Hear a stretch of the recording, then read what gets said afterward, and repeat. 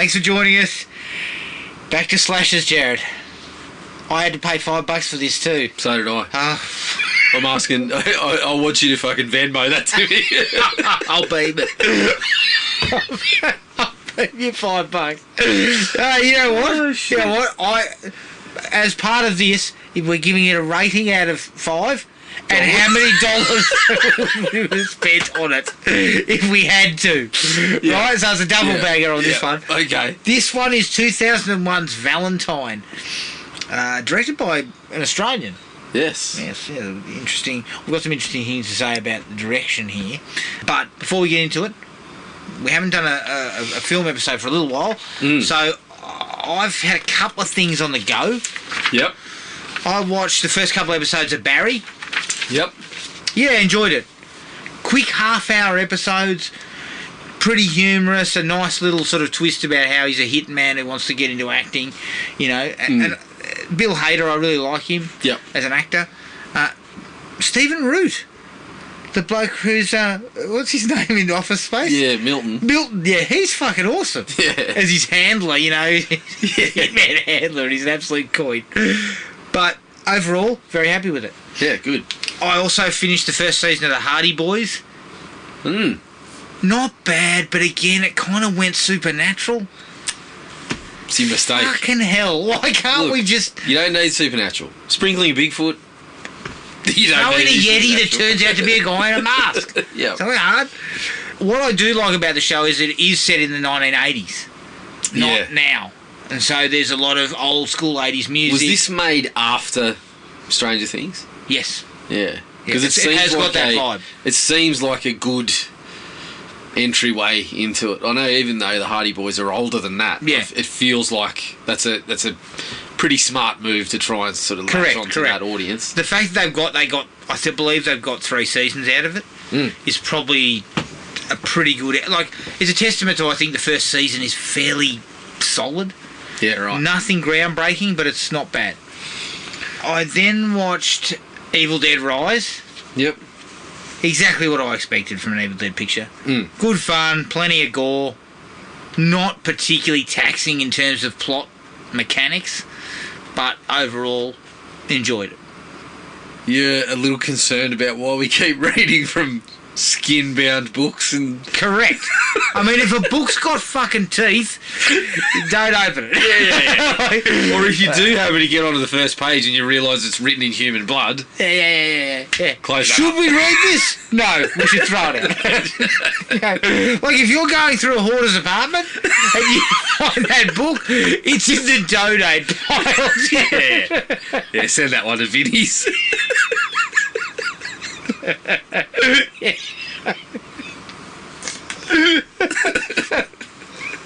Jesus Christ. Facebook Marketplace. Might get a couple of dollars for it. Yeah, pre-owned, pre-loved, skin-bound book. $5. Cannot be read under any circumstance. Comes with tape recorder and fucking, a few tapes of the guy actually translating it for you. I watched The Bodyguard. Yep. Look, The Bodyguard is super silly. Yep. But it's entertaining. It's actually quite entertaining. Although you love a bit of Costner. I don't mind Costner, don't mind Kevin, but I did throw this to my wife. I said, who would you prefer to be covered by? And The Bodyguard stakes Costner in this or Denzel in Man on Fire. She told me Denzel. Yeah, so Costner, he's unfortunately not quite the top guy. I believe actually said to me, there'd be a couple of other guys before I approached Frank Farmer. I was like, okay. Costner couldn't talk you around like... No, Denzel could talk me around. I watched Significant Other, which is on Disney. Okay. I didn't actually know what it was, but it was sort of a thriller about this couple who are hiking in the woods, and then I don't know, there's an alien thing that arrives in the area, and it goes on a bit of a twist about halfway through that I didn't see coming. Next thing you'll be on fucking binge working your way through the Lifetime, the wrong... No! I saw a couple of those, but I was kind of like, this looks alright. This is knew it. This is not one of those type of shitty films. They shoot that shit in a week, and you are straight on there watching. This is fucking Paramount Plus, I think, original. I'd never even heard of it. Okay. And then the other one I watched was when after I was watching Significant Other, I fell across this. It was called The Ledge. Yep. And basically, it's about these two girls who are hiking. Not hiking. They're about to climb the face of a mountain. Yep. And where they're staying is with these four. No Bigfoot, which I was fucking disappointed by. With these four blokes that are there. Yep. And of course, one of them's a fucking misogynistic scumbag. He kills one of the girls, so the other girl sees it. The only way out is to go up the mountain. So she goes up the mountain and they follow. And it's one of those kind of, cat and mouse type of game. Not bad. Not as good as Cliffhanger? Some of the acting was fucking shit. Okay. And the dialogue, shit. But it's quite tense, because what they do is they keep sort of ramping up the shit that she gets herself in. Yep. So it was okay. But that's it. Okay. What'd you have? We've got a bit of work in. Okay. So I blame you for this, but you mentioned Anaconda last time. So I watched Anaconda. I mentioning Anacondas 2 and 3. I think I immediately texted you and once again chastised you for even breathing the fucking this and Jaws in the same sentence. It's fucking not like it's. I shouldn't have my fucking movie card taken away from me for that shit. You should. As soon as I saw Johnny Voight, you said, John Voight's essentially Quinn. I'm like, no, he's not. He is not. He was. He put in one of the all-time fucking heaviest performances. Yeah, I know. Look, the first one is entertaining mostly because of that. Like, the rest of it is, okay, a little bit of reasonable creature feature stuff, some bad effects, but a few decent kind of parts in there.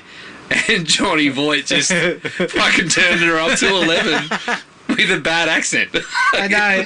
I still can't understand what fucking accent he's going for. Couldn't he just been an American who was fucking living out there? Could have. Rambo's been, globetrotting for quite a few years. Rambo's been wrangling anacondas in Burma for fucking years. So, yes, I can't blame you for Anaconda 2. Yeah, but you told me Anaconda 2 was a better picture. Well, I'm actually putting it out there. Anaconda 2 is easily better than the first one. Yeah. I reckon it's the pick. Because it's got a better... Whenever you're looking to pick from... When I say it's the pick, it's a 2.5 out of 5, but... But no, I had a far better time. When you're looking for a Jaws fucking rip-off. You go looking for Anaconda 2. Holy shit. Well, at least that one has an American. No, they're all Americans. Isn't Mo Chestnut in that? Yes, he is. Well, that's an extra star in my book. Hunt for the wild chestnut.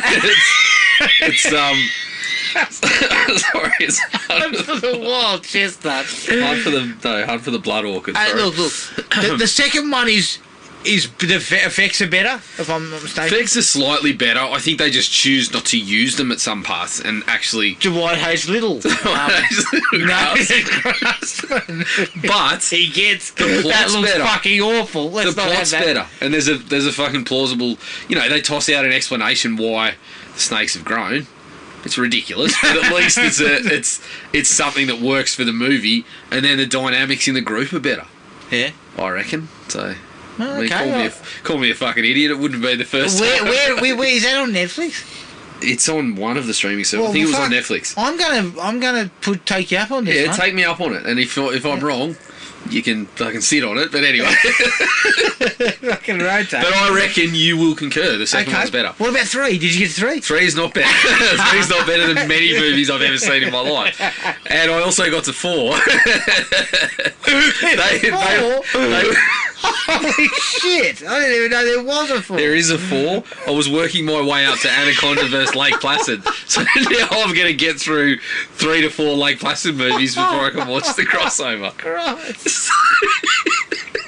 Well, I mean, once I started, I was in a little bit of creature feature mood. So. That is, when people ask about what you've done with your time recently, you cannot lead with that. You go with something else. Can I also say that I had to hire those two? A couple of dollars each on those. I've never been more fucking filthy to lose $5.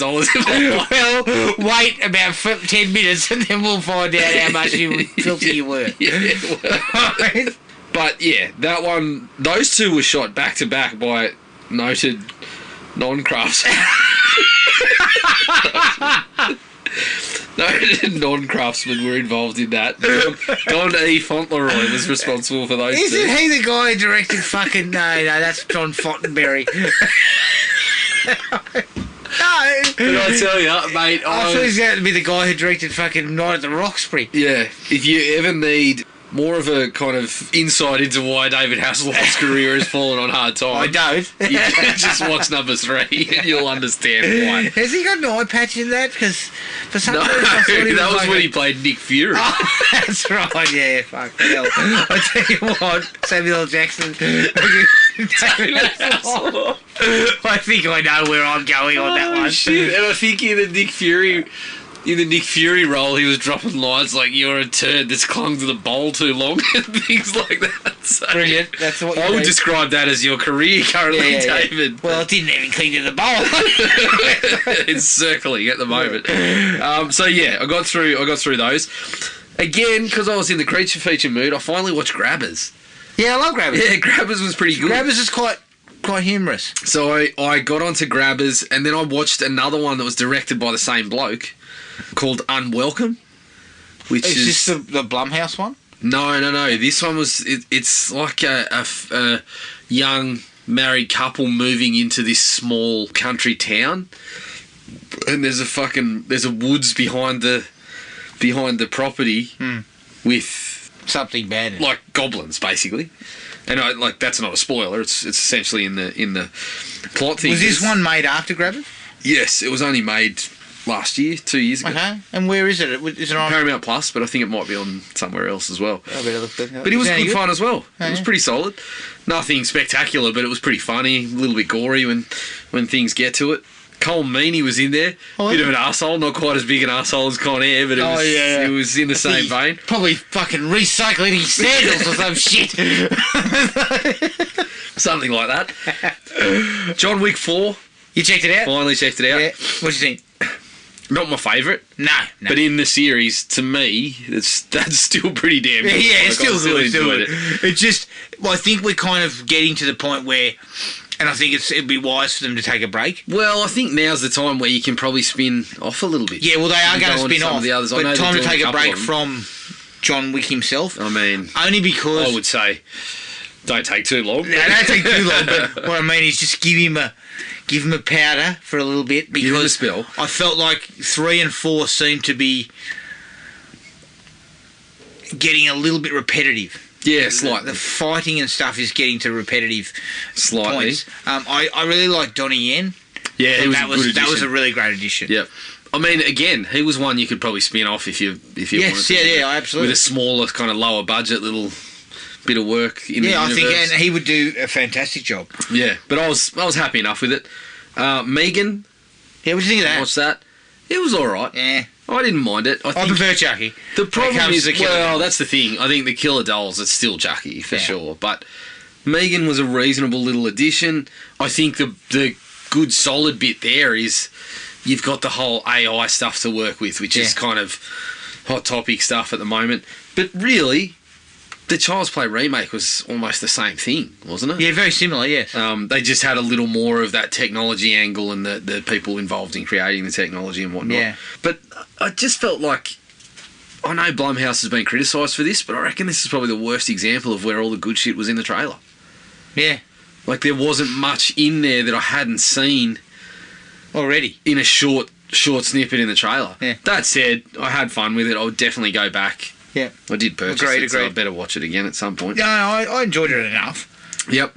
Winnie the Pooh, Blood and Honey. Oh, Christ. Yes.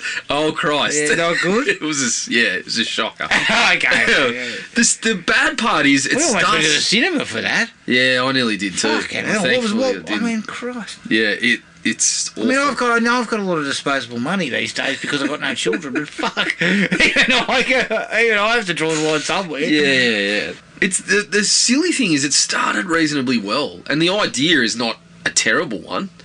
It started with this really cool animation of Christopher Robin when he's young, and essentially what you know, but then he leaves, and you get this little animation of them kind of going feral. Okay. Just a brief explanation to set up the movie. And that's really cool. And then the start of it seems like a reasonable idea. Then we just turn it into this fucking standard run-of-the-mill slasher. And it just fucking goes off the fucking deep end. I don't see a problem. Apparently.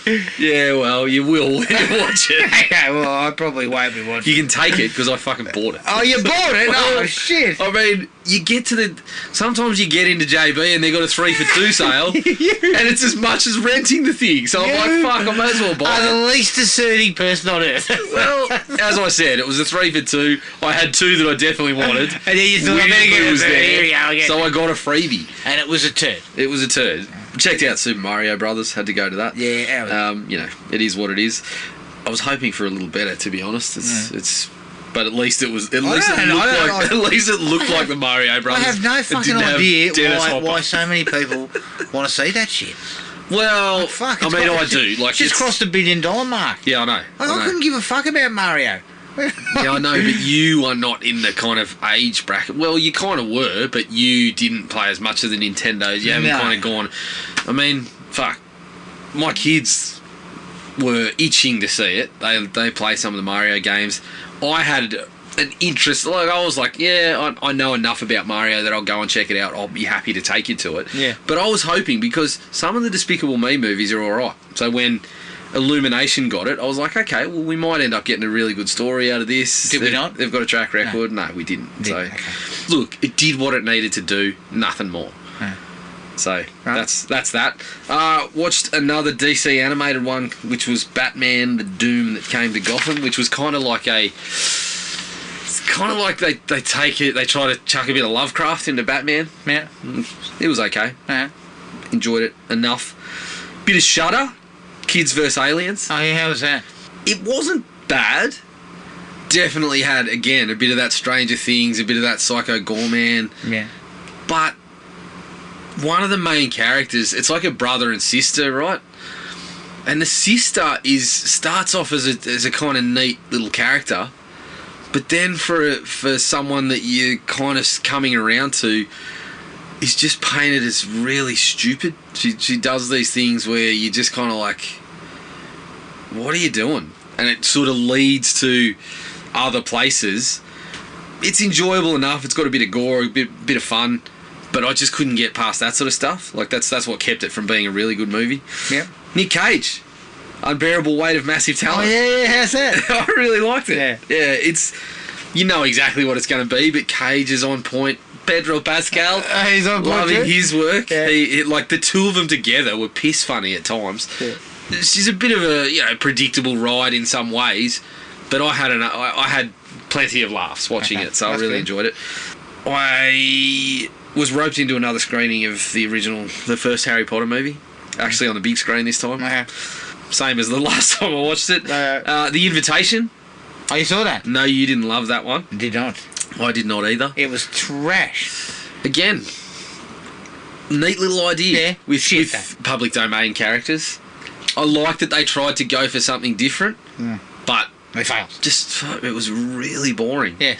And as I said to my wife at the time, okay, we knew something was wrong with these fuckers from minute one. Yeah. And then, when we finally work out what it is, I was just kind of like, But there was enough in the trailer for you to almost establish that before you'd watched it. So why would you do that? Yeah, why would you put that in the trailer? Well, that's exactly right. The only twist you've got up your sleeve, and you spoil it. Yeah, well, I essentially had seen parts of the trailer where I went in and 45 odd minutes into, I think it was only about 9-ish, maybe a bit longer, but you're still waiting for stuff you've already seen. So Yeah. it's just not a mystery. Yeah, exactly. That was a bit annoying. I watched Code 8, which is it was a Amel Cousins passion project sort of bit of work. It's on Netflix. Not bad. Okay. Not bad. It's kind of like this. I liken it to something like Bright, where it's this kind of, they're in this city that had taken in a lot of people with superpowers essentially to work. And then it kind of takes this thing where, well, you know, that was 50 years ago. Things have taken an economic turn. Yeah. The people with powers are kind of seen as the second-class citizens. Yeah. They're the ones getting picked up for construction jobs on the side of the road and shit like that. So, yeah, Robbie Amell's the main character, and Stephen Amell's this guy that sort of comes in and picks him up for a job that turns out to be tied into some under-the-table activities. Okay. But it wasn't bad. Yeah. It wasn't too bad. So I would check that out if you're in any way inclined. I watched Crabs on Shudder. Again, creature feature territory. I stumbled across Crabs. Crabs. Hang on. Sorry. It only gets better when you start with, I went to the doctor the other day and he said, I've got crabs. I've got crabs. Right? Large crabs. Mutated crabs. No, look. That was crabs. It's exactly what you... Well, it's not exactly what I thought it would be. Itchy and uncomfortable. I thought it would just be... Yeah. It's red, irritated. I was expecting more of a down-the-line creature feature, but this one sort of went for... It's cheap as chips. It went for a bit of comedy. Yeah. But it ends up... It's fucking strange. It ends up like a fucking 90-minute Power Rangers episode by the end of it. Jesus. It's weird. It's weird, but, you know, bit of fun. Okay. Of course, I didn't get through a stretch without a Charles Band picture in there somewhere. Okay. So what did we go for this time? Well, I started reading the book by... Is it Dustin Mullins, the guy that wrote Taking Shape and the one about Freddy vs. Jason, Slash of the Titans? Yeah. I just bought his new one on Chucky, the Chucky series. Fuck, she's a textbook, but I love the guy's writing and he writes about shit that we love in real depth. Yeah. So I started going back to... He had this little timeline in there of killer dolls. Yeah. And I'd seen sort of stuff like Dead of Night. I'd seen Magic. I still hadn't seen Dolls, and that one was mentioned in there. And I'd kind of been circling around it. And so I went back to check if it had popped up somewhere. There she was, on Amazon. Is that the one directed by Stuart Gordon? Yes. Okay. Yeah. Produced by Brian Yuzna and Charles Band again. It was all right. Yeah. Yep. Not bad. It's nowhere near as good as Chucky and stuff like that. I think the effects really limit what they can do. Yeah. But there's a creepy tone to it. It's it's short and sharp like most of those 70 minutes. full moon features. 75 minutes. It's got one car that's still registered at Gabota. Yeah, exactly. Still paying rego on it. So yeah, I would say check that out if you're in any way interested. Shudder again. Oh, shit. Mate, I had some time. It was school holidays. And Blood Relatives, which was the one with Noah Sagan. I think he directed it as well. About a vampire who's kind of just working his way, just drives his way across America, and this girl rocks up and just says, "I'm your daughter." And so it's like, yeah, how's this all working? Pretty good. I enjoyed it. It's more, it's not gory or anything like that. It's more talky. Kind of introduces some kind of funny family dynamics in a vampire sort of situation. So yes, I enjoyed that for another Shudder original. There's another few that I'm circling around, but that was the first one I got to. And the last big ticket one was I checked out Air. Oh yeah. How's that? Enjoyed it. Yeah, very cool. Yeah. A hefty dose of fiction, as with a lot of these kind of true stories. But if you got any interest in the sports and the athletes and endorsement deals and shit like that, it was a worthwhile story to tell. Oh, good. And very much enjoyed it. Did you go to the cinema for that? I did. Oh, okay. I actually heard, again, sort of podcasts getting around. So they said it was the sort of picture that could have been made for, 20, 30 mil. But once you kind of get Matt Damon, Ben Affleck, everyone's getting their slice. Comes out to about 80. Amazon purchases it for about 120. And were intending to put it on the streaming service, but then we're like, no, this is good. This is really good. So let's get a cinema release. Yeah. So I think it's up to about 50 worldwide, 50 mil worldwide. And what I heard was, without going into specific numbers, they said they're still making a loss on the theatre run, but it's essentially just a fucking advertising campaign to get everyone to fucking sign up to Amazon or borrow it or hire it on Amazon.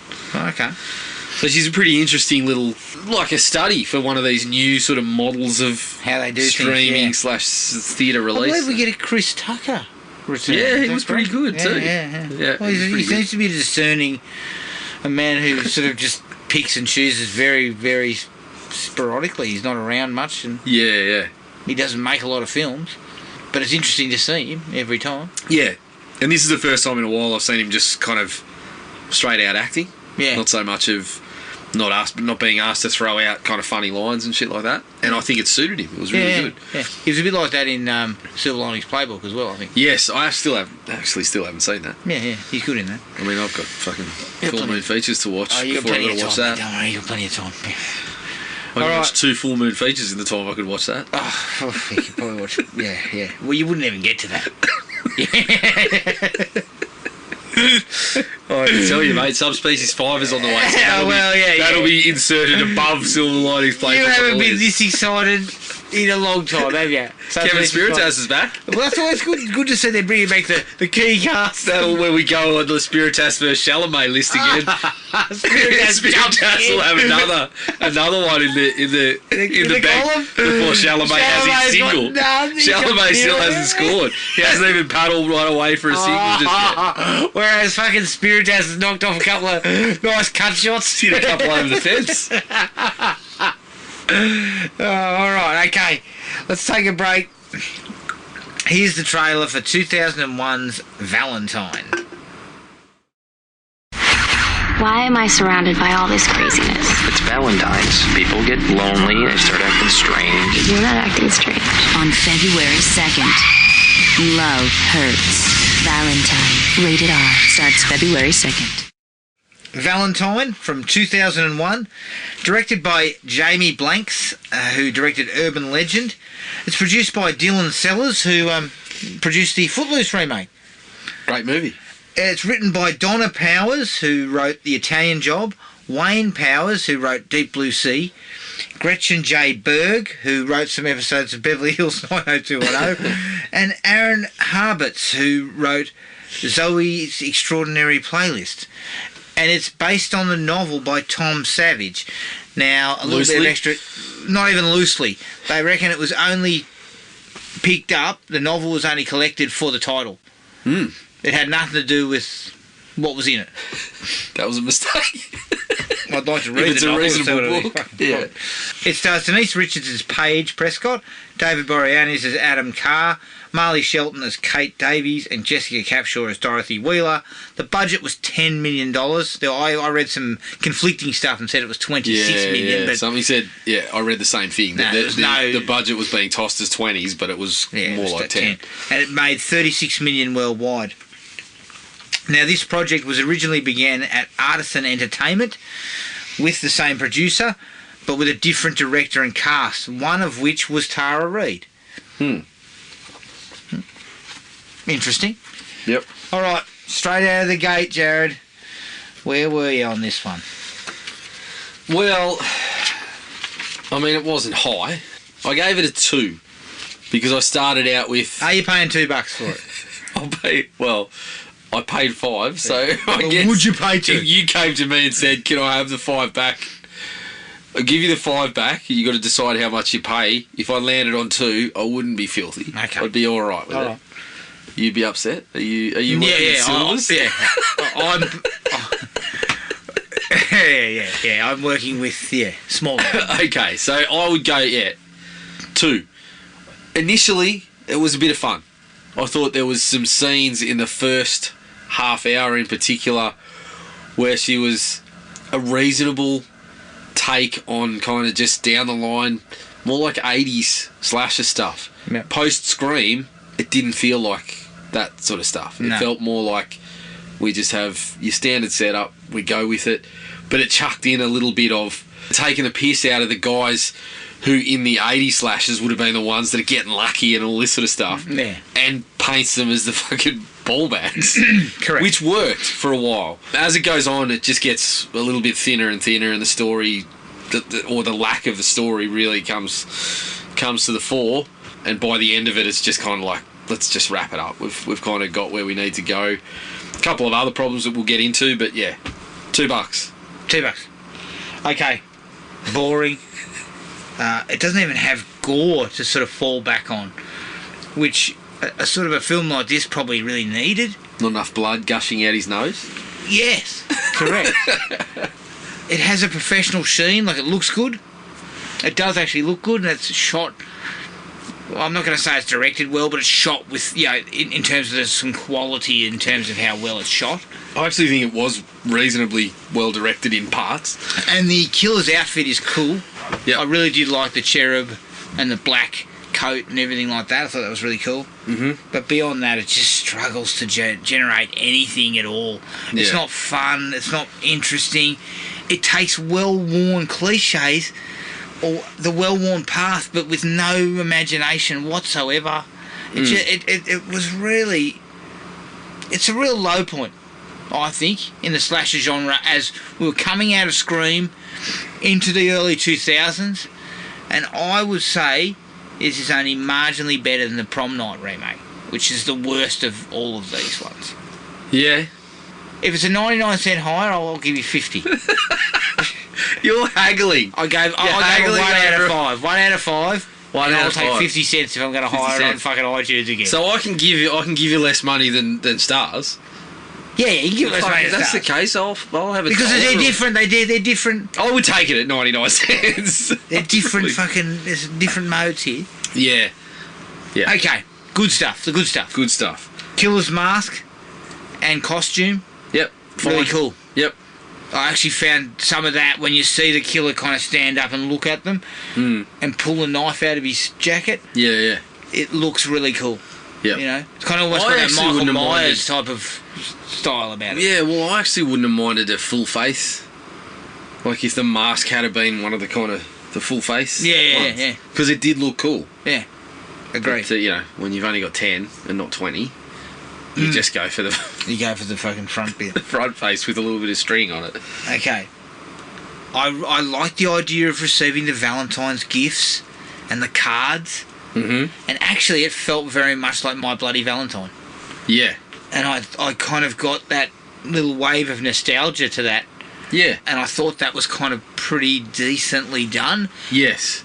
And I didn't mind that. When that goes away, that's when the movie fucking starts flopping around. Yeah.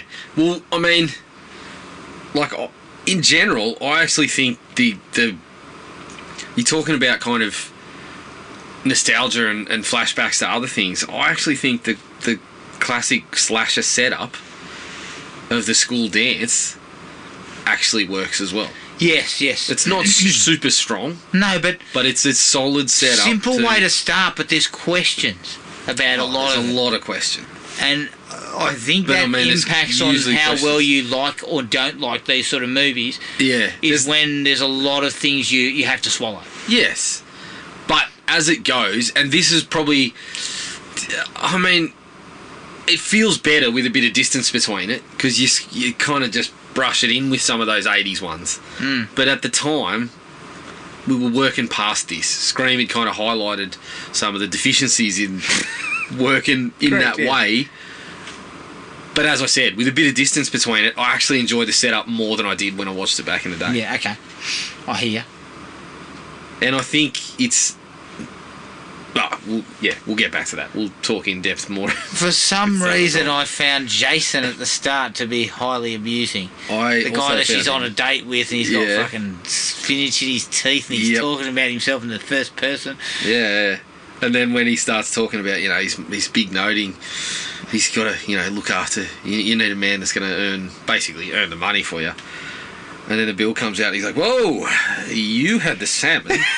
and the crab cocktail. That's right. And then he basically, she says, "Oh look, thanks for nice to meet you." And he goes, "Hang on," as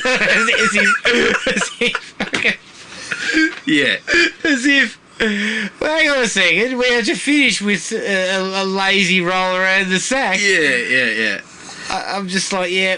And then after she fucks off, he turns around and he sees another woman. And he goes, "Hello." Yeah. So this is where that's where it works. Early, you've got this guy, you've got a little bit of speed dating and stuff like that, and it paints these guys as fucking buffoons. Yeah. That works for a while. It's when we kind of get further in and we start focusing on the red herrings and whatnot that it kind of loses steam a little bit in that regard. Yeah. But early on, I thought that was a nice little counterpoint to your standard fare. Yes. It wasn't Scream, it wasn't self-referential, but there's a little bit of that in these guys being painted as morons. But if I'd like to go a little bit deeper for a minute, Jared. I know I gave this 1 out of 5, but we go a smidgen deeper. Fingernail the whole idea, fingernail deep, because the fucking movie does nothing to any further than that, we're not equipped. Oh no, yeah, we and you are not catering to that at all. But the counterpoint to that, the Jasons and the speed daters and the dickheads that are there, and the dickhead who's at the art gallery and all that. Yep. The counterpoint is Jeremy is not a lech or anything. Like, he's not the young Jeremy that we see at the start. Yeah. He's just asking them innocently to dance. I've got a bit to say about that. Yeah, and I think this is where that counterpoint of that would have been really interesting to dig right into. And they actually mess it up with the girls, I think. Somewhat, yes, correct. And we'll go into that as we get. Yep. But for Fingernail Deep, that I kind of like that, because the way I saw it was, well, Jeremy's just he's just a young kid at a dance. He gets told he is not asking anything, and he goes away. Yeah, he's not asking anything disgusting or fucking anything outlandish. Yeah, he's just asking and he's doing it in a respectful manner. I've got similar thoughts. And when they basically tell him to fuck off, he walks away. Yes, and then to counterpoint with these lecherous scumbags that we meet, I thought some of that was interesting. Yes, but it feels like the script didn't have the balls to go further, or didn't feel like that would fit. Didn't really do it justice. Yeah. Interesting. Think Jamie Blanks has actually said he would do less of the humour if he did it again. Yeah. But I actually don't think that was the problem. No, neither do I. Especially if, we're talking crab cocktails and things. Yeah, you had the crab cocktail. Opening scene with the body under the sheets, breathing. Yep. Was actually really cool. Very cool. I've got big problems with it, logistically, and I will get into that. but I think as far as that, the whole bit, it's an excellent breathing, but then the chase through the morgue, then the death in the body bag, and I feel that was the best directed sequence in the film. Yeah, look, I agree. I think it did work. It was a neat fake out. They have a lot of comparisons to it. No. Having, we've watched a lot of this stuff and you see all different kind of things of this and you can compare them to something else. That one kind of seems to stand... I'm sure there is other ones out there, but it's, immediately springing to mind. It's pretty unique. Yeah. And as you said, it was pretty well directed. I actually think Jamie Blanks is a reasonable director. I just don't think there was a whole lot to work with in this one. No. So I don't hold him. I'm not saying that he. I just don't think, and I've got it unfortunately listed in the dislikes. I just don't feel like this is as strong as his work on Urban Legend, and I feel like you're going backwards. And I actually feel you've got slightly better material here potentially. Yeah. Urban Legend. Yep. So I felt like that wasn't his. It's not his strongest effort, but that sequence alone is a good way to kick a film off. Yeah. At that point, I was okay. On pretty steady ground. I was like, okay, if I'd never seen this before, I'm looking at the setup at the dance, then moving ahead, then a nice little scare and chase kill. Yep. I'm thinking, shit, where are we going all right here? Yeah, I was and a pretty kill happy. that looks really cool. I was pretty happy at that point. This is my last like. No, so I didn't have a lot. I've still got a couple to come. It looks like Mr. Content is taking his show on the road. If you remember Mr. Content from the Summer Party Massacre, who I said was definitely upstairs sniffing fucking crackers at the girl's bloody panty drawer. Yeah. She seems to have gotten younger and ended up next door. Yes. His name's Gary. And I could not help but laugh heavily when the killer comes walking into her apartment, and here's Gaza pulling on her fucking bikini briefs, and he looks at him and goes, "Take it easy, I'm not well." I was like, "Yes, you're not well." And he proceeds to have his head beaten in with a Gary. I mean, iron. if you want to do that, that's okay, but you don't have to break into someone's house. No, Gary, if you're going to do that, right, you're going to break into someone's house, get in, get the crackers, and get out. Yeah. Okay? Otherwise, if you want to sniff that shit, you can do it back in your own, in the privacy of your own home. I mean, you don't even have to break in. She'll probably sell it to you online. Yeah, exactly. Tell her you're into fetishes and away. She'll chuck in a pair of socks. Yeah, I kind of had to laugh at that as well. It's just the way he delivers it too. He just delivers the line. Not the most nuanced handling of cross-dressing I've ever seen. No, not at all. Not at all. Yeah, it was ridiculous, wasn't it? But that was it for me in terms of the I've got a lines. couple more. Yeah. There's a bit where Denise Richards' character, is it Paige? Yeah. And Marley Shelton are walking around talking about the prospective romances and things like that, and Denise Richards brings up, relationships don't make U-turns, and Adam's a drunk. And I kind of started giggling. I'm like, fuck. Okay, so he's got some warts. I mean, Jesus, but the guy's polite. He keeps a neat house. He's probably got some things going. Yeah, but don't worry. Fucking 10 beers deep. He's an absolute asshole. I was just like, again, it's probably sound advice, but let's brush up the dialogue here a touch. Yeah. So yeah, it's probably not. It's not one for the filmmakers, but it certainly entertained me a little bit. Yeah. I think the chocolate-covered maggots actually, it kind of worked a little bit for just a little bit gruesome, like the shot of the fucking thing. Yeah, that was cool. Yeah. And she's kind of sitting there going, basically like licking her fingers and stuff. I mean, she's as bad as the fucking superintendent. I gotta be honest with you, Jared. I'm flicking the maggots off and fucking eating them. Yeah. A nice little peppered flesh pie or something. But see, I've got something there. Logistics, Jared. Logistics. Fucking logistics. The logistics conversation about this particular movie is lengthy, alright? We'll get into it. But on its own, in a vacuum. Not bad. I mean, this movie's fucking vacuum sealed. Yeah.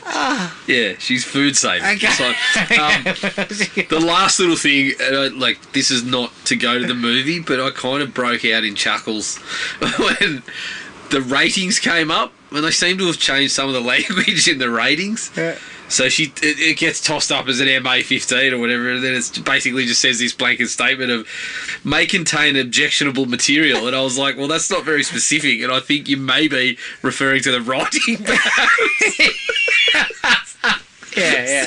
So, yeah, I had a little chuckle at that before we'd even kick things off. So Objectionable material. I thought I'd mention that. Out, honestly.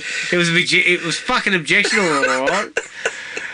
Okay. Is that all? That's it. I'm into the dislikes now. Dislikes. Can I go first? Yeah. I fucking can't stand Katherine Heigl.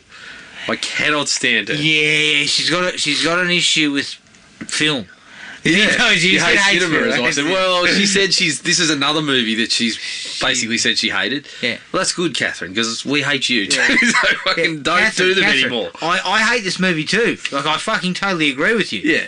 And I don't have to admit that I was in it. Not to go off on a tangent, but I Catherine, have a real distaste. Stop fucking shitting on everything. Yeah, exactly. I have a real distaste for people who crap on people they've worked with, things that they've done that may not be. I mean, take the fucking Kevin Bacon approach and have a bit of a laugh about Friday the 13th and enjoy it and that sort of thing. Well, and as also, Bacon says, of all the shit that I've done, the most stuff I get asked to fucking autograph is me with a fucking arrow hanging out of my neck. Yeah, exactly. Right? So if Kevin Bacon wants to be an asshole, he can do away with a large part of his fan base. But he's not that stupid.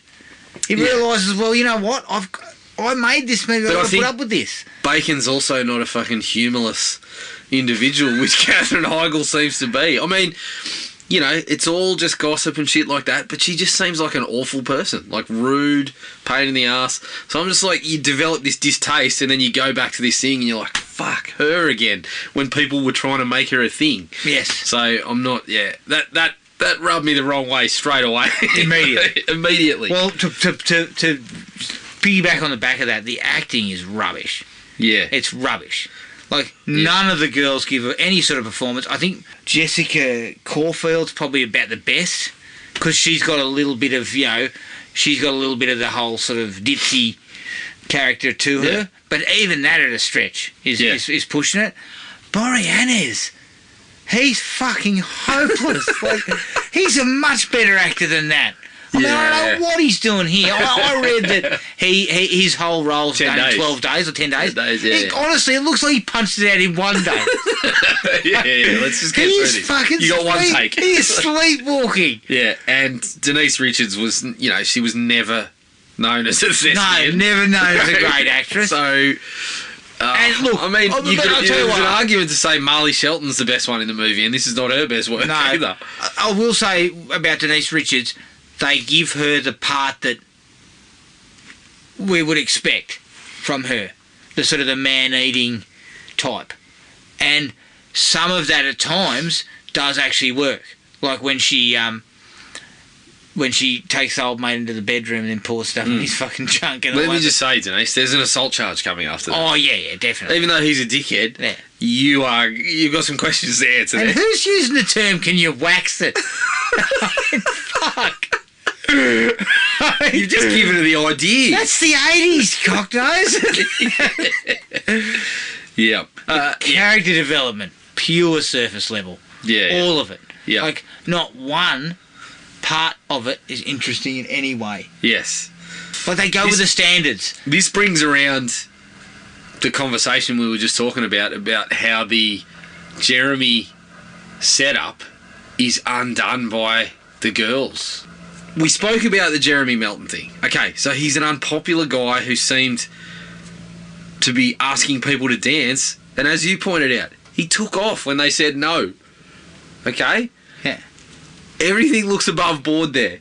He's shooting his shot, and he's being told no. It's a brick. And he respectfully says, I'm on my way. Yes. Like, he's out of there, okay?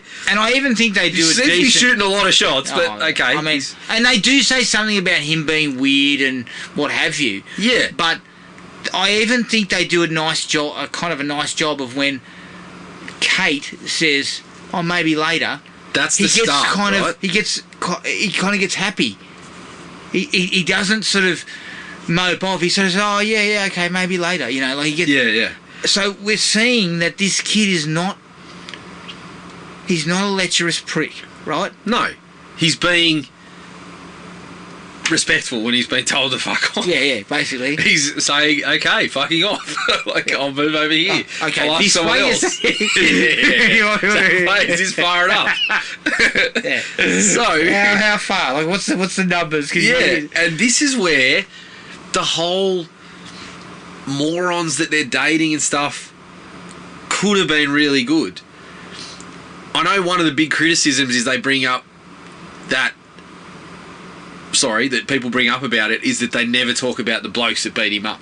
Yes. So that was in my dislikes. Yes. Why is that never covered? Well, why the fuck wouldn't you have them having been killed? I believe there was a script thing that was going to say you're going to find out he'd already killed them before he got to the girls. In which case, okay, that works because you've got the collection of friends as the girls that are going to drive the story along. You probably could have brought one of the boys back for an opening kill or something like that. Yes. But if you've gone that direction, and I guess that's because classic setup, it's usually the girls that are in, you know, we're going to have a final girl, okay? That's where you start to bring a little bit more of what you were just talking about. That some of them feel bad for what was going on because we get this setup that they're still calling him a pervert. They're kind of still... They make one comment. Paige makes a comment, geez, we treated that boy terribly. Correct. That's it. But even when they find out, Dorothy lied. Yeah. She's still taking shots at him. Marley Shelton's the sympathetic one. She tosses out, do you think this Revenge of the Nerds theory is far-fetched? And starts tossing stuff out like this. I reckon if you had a gone that they already knew, someone already knew that she'd lied, and the police is where everyone finds out, you get a bit more fucking chance to dig into that a little more. And as you said, develop the whole, that's a counterpoint to, you know, we were young, we treated this guy like shit. This is what we're working with now. You get a bit more difference in the personalities of the girls. Yes, you're spot on, because not one of them has changed. Yeah. Not you one could have, of them, you know, one of them being accepted. shallow, one of them being a little bit kind of, I feel bad about that. Not one of them has changed to say that the experience of having fucked this kid over and destroyed his life, essentially, has impacted any of them. And that includes Marley Shelton. Yes. Now, even if you made her the one who was like, we should never have treated him that way. We should never have done what we did. Yeah. You should never have lied. Yeah. You know, like... But it doesn't work like that. And they kind of get to that later. They start talking about, you know, you have Dorothy talking about, I was always the fat one and all this sort of stuff. That seems to fit. It seems to fit right in with that. It's an extension of what was happening in the first part. You were happy to have some attention from this kid, but the whole social status thing, when you got spotted kissing him, you fucking said, oh, no, it's you know... He attacked me. You, as a... How old? About 12? Yeah. You told people that a 12-year-old boy attacked you. But you can even bring some sympathy out from her. Yet there's no difference to the way she is years later. Yeah, she actually might have liked this kid, but the peer pressure... She makes a fucking bad decision in a moment. Like, yeah, like there's doesn't realise that the shade. consequences he's going to get fucking destroyed for life. So there's all this. Yeah, there was a chance for a bit of. In a way, Jared, and this is an interesting way to put it, I feel, is that the slasher movie trap is what hurts this film a lot. Yeah. Because our killer is killing random people for no fucking reason whatsoever. Yeah. And yet we're taking up all this time. Yeah. Because we it's a slasher film, so we need 20 kills or whatever the fuck we have to have. And you can't side with Jeremy Melton. Like, no. Despite what they did to him, what he's doing now is you can't side with it. Disgraceful. But you could, if you took more time with the 4 girls and fleshed that out, you would have had a better film. Yeah. Well, you've got room to feel sorry for what happened to him. You got room to feel like, okay, Dorothy did a shit thing, but can you blame her? Like, she was bullied herself. Like, you could do some investigation about, was Detective Vaughn up to that? Oh, God, no. Holy shit. Is that guy not one of the worst police officers we've ever seen? Yeah, he's pretty bad. He's pretty bad. But what I mean is, looking into where Jeremy ended up, and finding out that the 4 boys who beat him up are now all dead. So suddenly, this is legit. You know, you could start with them fobbing it off. Yeah. The death of Katherine Heigl is just, circumstance. Yep. But then, as they dig a little deeper, they realise everybody involved has now been killed. Yeah. And whoever this is working their way up to it. And I mean, we know pretty early in the film it's Jeremy Melton. We just don't know who is Jeremy Melton. Which, again, the whodunit doesn't work as shit. No.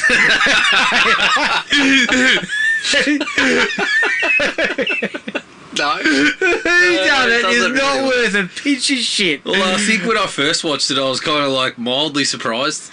But I think, I don't know, I can't even remember. I was probably about 18, 19 at the time. The blokes are all painted with such broad strokes that you couldn't work it out if you were trying. Like, well, it's kind of like...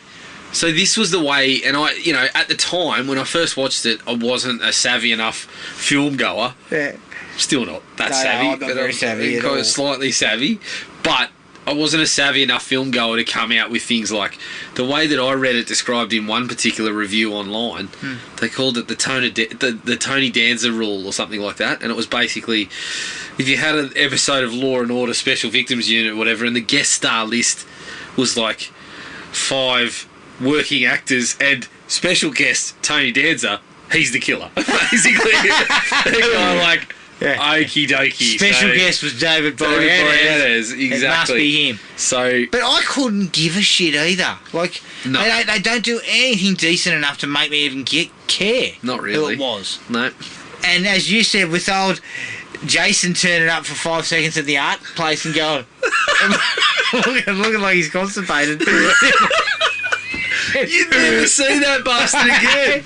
And then walking off, and Detective Vaughan constantly going, "Oh, we're still trying to track this guy down." And I'm like, "Stop looking for him. You're looking in the wrong direction." That was the fucking reddest of red herrings I've ever seen in my life. When that was like a snapper. Yeah, they bring him back, they question about him, and I'm like, this guy was a little bit of comedy fucking at the start of the movie, and then when we see him at the art gallery, I fucking burst out laughing because he's just kind of standing at the door looking slightly dishevelled with a fucking angry look on his face, and then he turns and walks No, I don't get it either because, again, logistics, Jared. Yeah. The police would have spoken to him.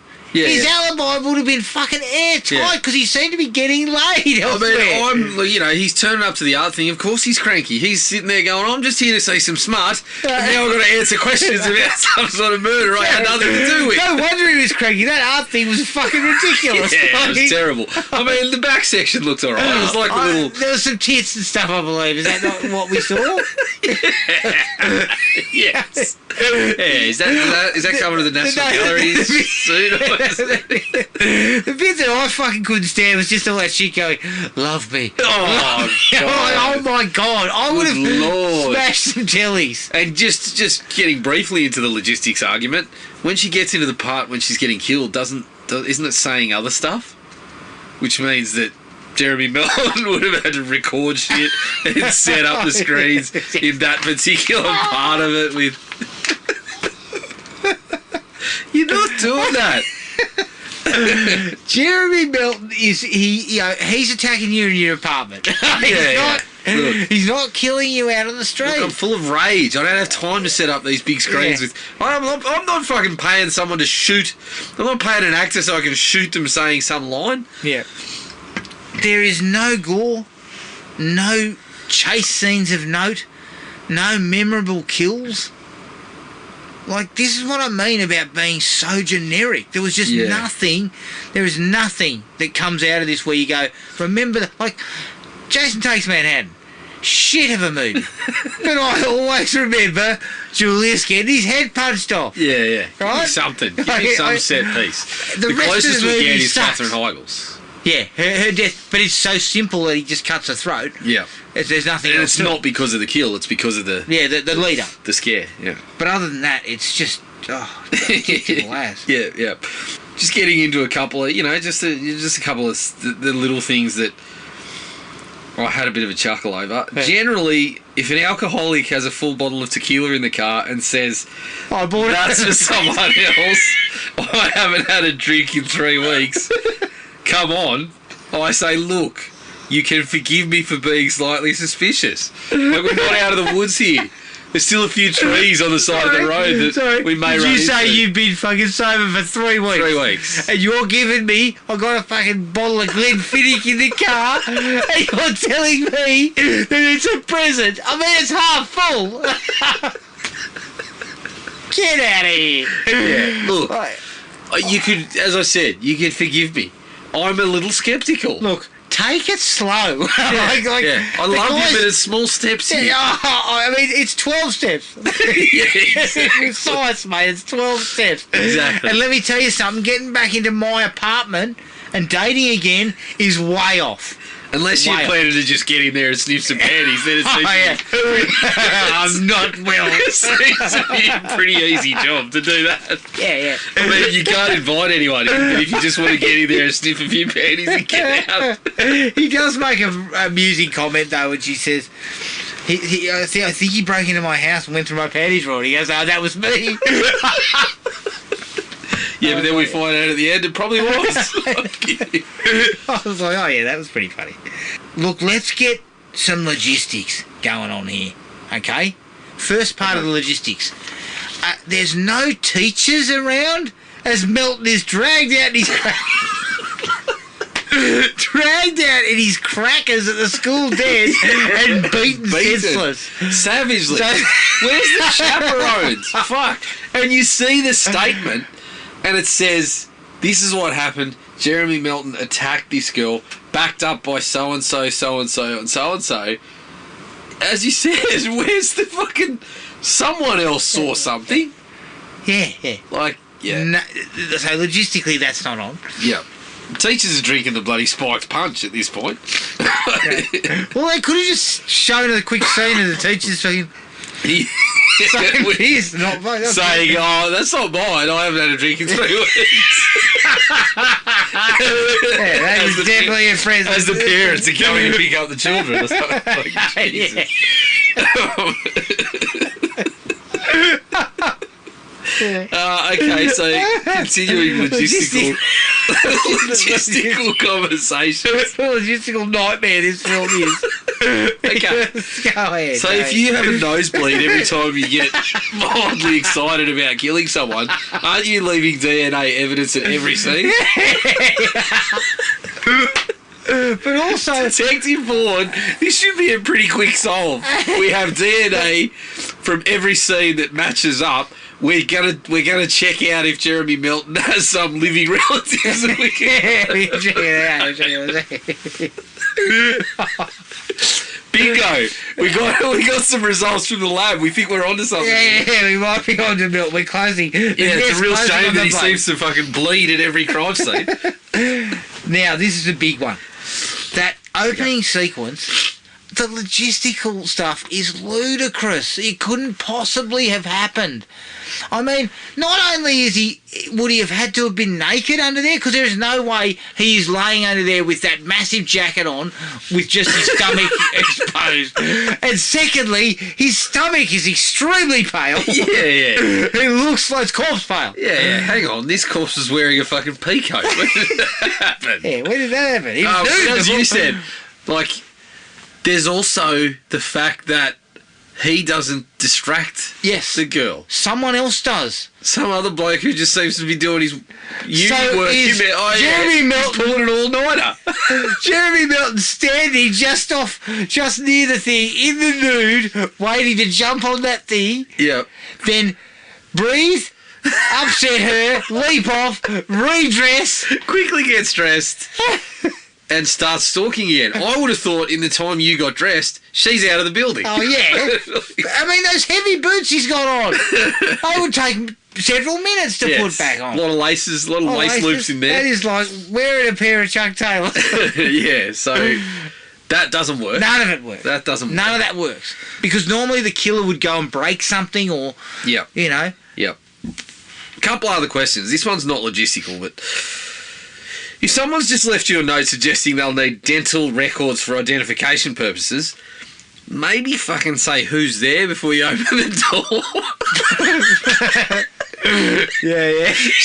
Just fucking reads that thing. Ding dong. Straight open. Yeah. Practice some caution here. You've already had a friend killed. I believe you've just arrived back from her funeral.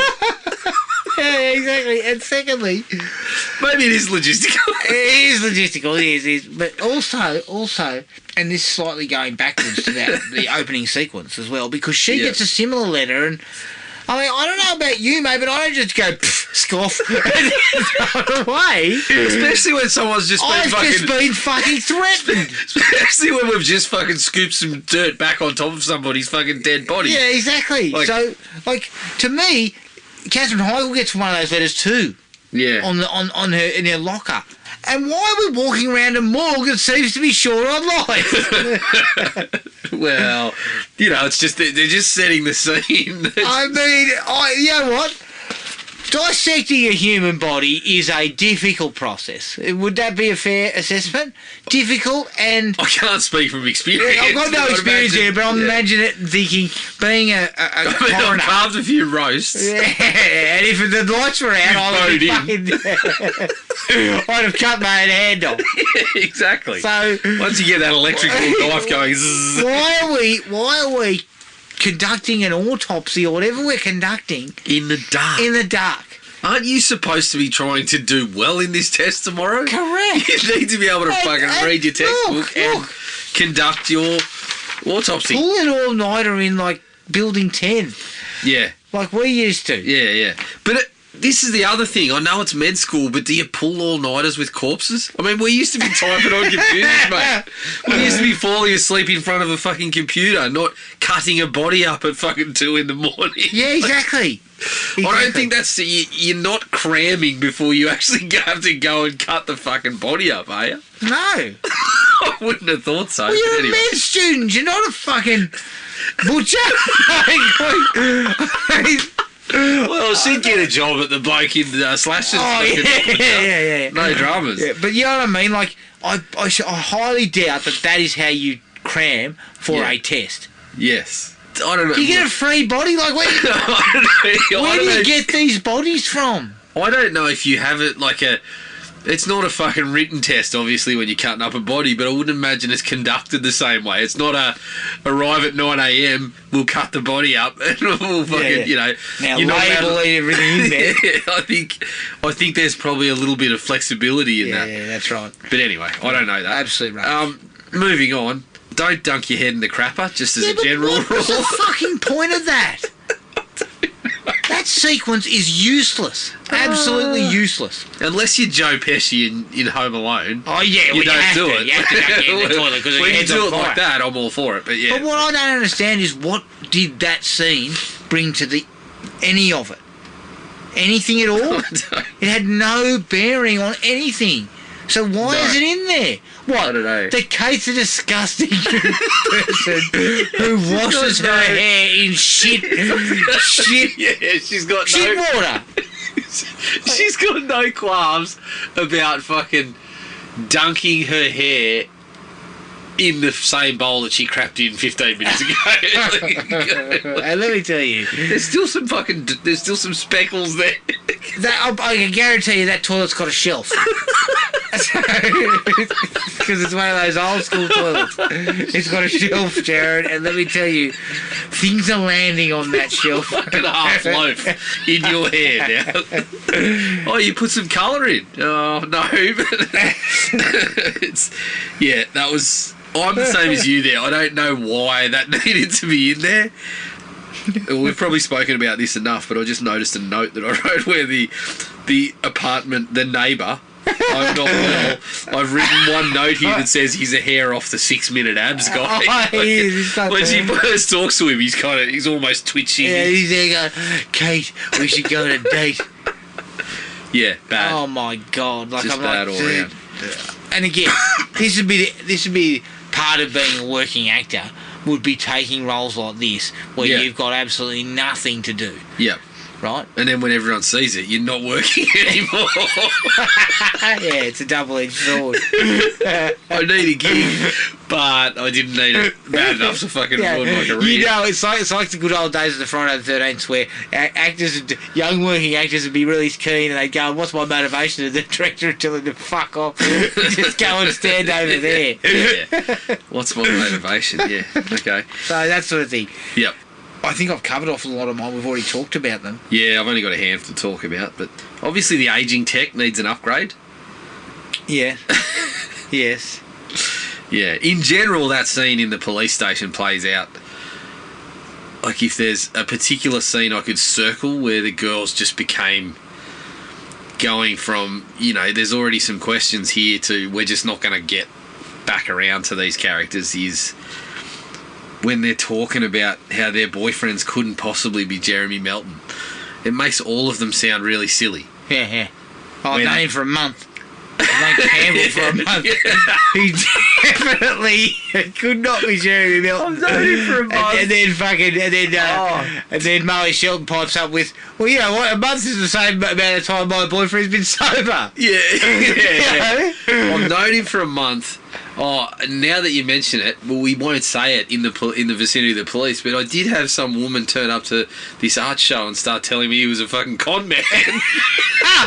I didn't listen. I had it tossed out. That side note is just fucked. That whole bit about him being a con man. Yep.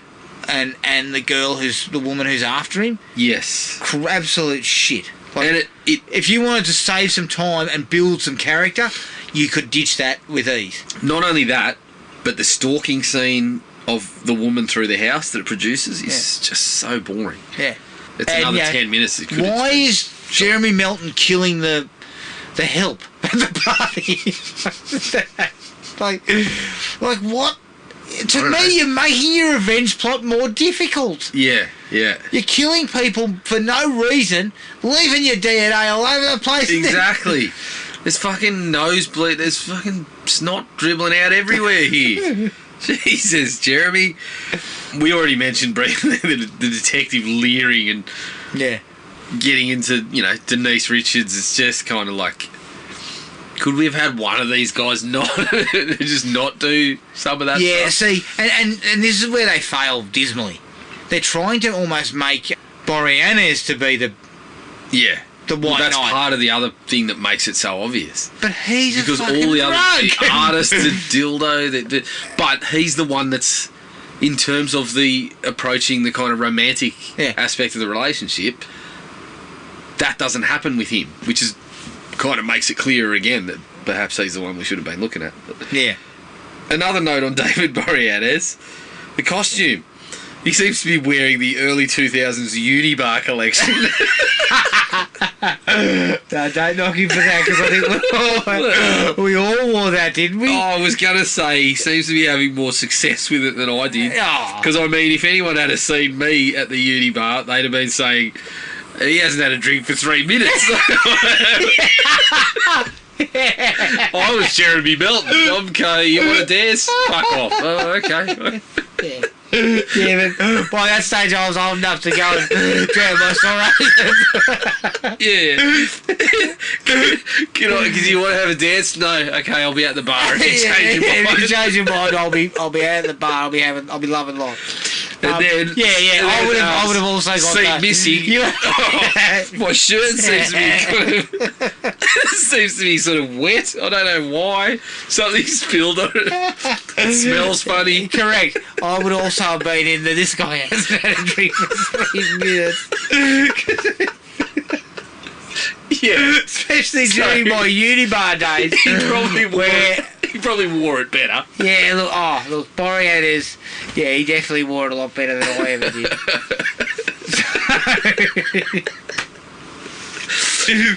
Good to see the collection making a comeback there. Yeah, of course. Oh, shit. Right. He's killing way too many people who have nothing to do with they're not part of the group, or they're not involved in the plot in a meaningful way. But going back to your thing about less gore, we get a couple of people that, like the police chief, not the police chief, the detective, sorry, the scare is that, his head pops up out of the water. Not a bad idea, but it just involves another person and an opportunity for maybe some gore that we don't get. It's, And the finale is so fucking boring. Yeah. Like, they don't even throw in, like, a chase where the killer is... Well, they do, but it's that woman that's uninvolved. Exactly. And then you bring Marley Shelton in. But that even doesn't even go into a chase, he's not dressed up as... She has a brief argument with Dorothy, and then just argument with Dorothy, then she runs into Adam, and he starts following her around the room. He's not dressed as the killer. No. So we don't even get the classic chase scene. She does nothing to protect herself. No. She's not even a final girl, really, because she does nothing. Yeah, I agree. So the finale sucks, and then to find out that he's Jeremy Melton, well, I couldn't give a rat's ass. I could not give a rat's ass. The actual, the reveal of that where she's kind of cuddling into his arms and you see the blood dripping is reasonably well done. Yeah. But to delete the scene that explains why Dorothy's in the costume... Well, what was that? Do we know how all that happened? So the deleted scene is... And we all saw the movie and we came around to he's fooled her and got Dorothy in the costume somehow. But the deleted scene confirms that he drugged her, he whacks her in the head or something, and her stumbling into... And it's supposed to be that, when you see the last little bit there before he's been shot, that the killer's kind of moving almost frantically. Yeah. Whereas previously in the movie, they haven't done it before. So there's these little indicators and whatnot. But it's supposed to be, he whacked her in the head or something, put her in the clothes, and then when she wakes up, she's disorientated. And logistically, have you ever tried to dress someone who's unconscious? How many times does our killer have to fucking robe and derobe? And we're talking about pants and jacket and... we're not talking about boots. We're not talking about Scream where you're dropping something over your head and then quickly running around. We're talking about full costume change. Unless you got one of those magician's tricks up your sleeve where you throw down a couple of fucking smoke bombs. You get a hoop and you kind of pick it up and then wiggle around and then drop it again. Like we're talking a couple of minutes. Well, let me throw this one at you. Jeremy Melton is David Boreanaz. Yes. Now, I don't know about you, mate, but, okay, I'm traumatised, and I've done some time in a mental hospital. Shit, sorry, this probably doesn't sound as good as it should have been. I haven't had a drink in 3 weeks. But then I've got out of there, and I've turned into David Boreanaz in terms of how I look. And I'm a fucking piss pot. Maybe it's just me, but I think I'm flying. And I think revenge is a dish best served cold. And that dish is being served up by showing those girls, check me out. All I need to do is look at the other people that are wearing the Unibar collection and say, I'm on top. I'm smoking hot. The girls love me. Yeah, the ladies love me. I'm Trip McNeely. Look, again, that's fingernail deep. But no, I think he would have been so fucking traumatised that you couldn't have held together this act, surely. No. And not waited as long as you did. No. To me... They did cut some other stuff out. They mentioned the fire with the parents and stuff. And it does confirm that, that was him and this sort of thing. So it's like... Well, fuck. Why was all this cut out? No idea. I don't know. Well, I'd suggest it's, again, falling into the trap of slasher film. Yeah. Because the slasher film template requires certain things. Yeah. This movie tries to cater to that and cuts around some character stuff that might have actually been interesting. Yes, yeah. I have one more question. This is the last of my dislikes, but I think it's an important question. Logistics? Why is Denise Richards taking a spa in the middle of a party that seems to be attended by about 1,000 people? It's raging. It's raging. I am dusting for a party like that. I'm dusting off my best Unibar collection and I'm going in. My best short sleeve hair spiked up with product. Yeah, my best short sleeve shirt that kind of looks like corduroy material, but it's not. It's like. Well, you know me, Jared. Cheetos, boat shoes, the bus field. Bus field cut, looking real stylish. A polo shirt 3 sizes too big. I feel you've embarrassed yourself a little bit. I think it's probably time I embarrassed myself, but I ended up a little bit. I was given a pair of pants one time, and I sort of was like, fuck, I got to, I'm getting dressed. I'll chuck these on. They were sort of a grey colour, and I put them on, and I'm out at the Unibar, and then I fucking discover there's buttons on the outside. What is this? Down the side of the leg. They weren't operational buttons. The pants were solid. There was just these buttons hanging on the outside. I'm like, what's this? Were you forced into the I was fucked, mate. I was 3 sheets to the wind at the time. I found the buttons, was concerned about the buttons, and then I just continued. I think I could top that.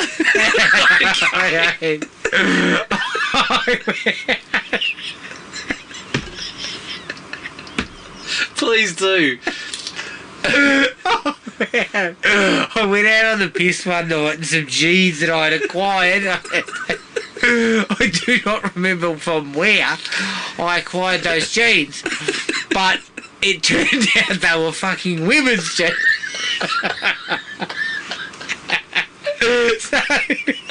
So you were looking sharp.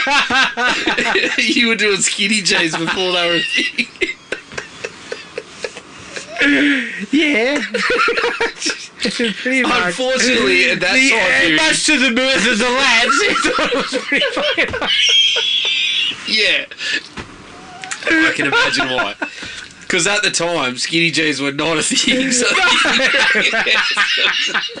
if you were cracking out some skinnies, people would be looking at you going, what's going on due here? to the fact that women have a different cut as well, the crotch was... Yes.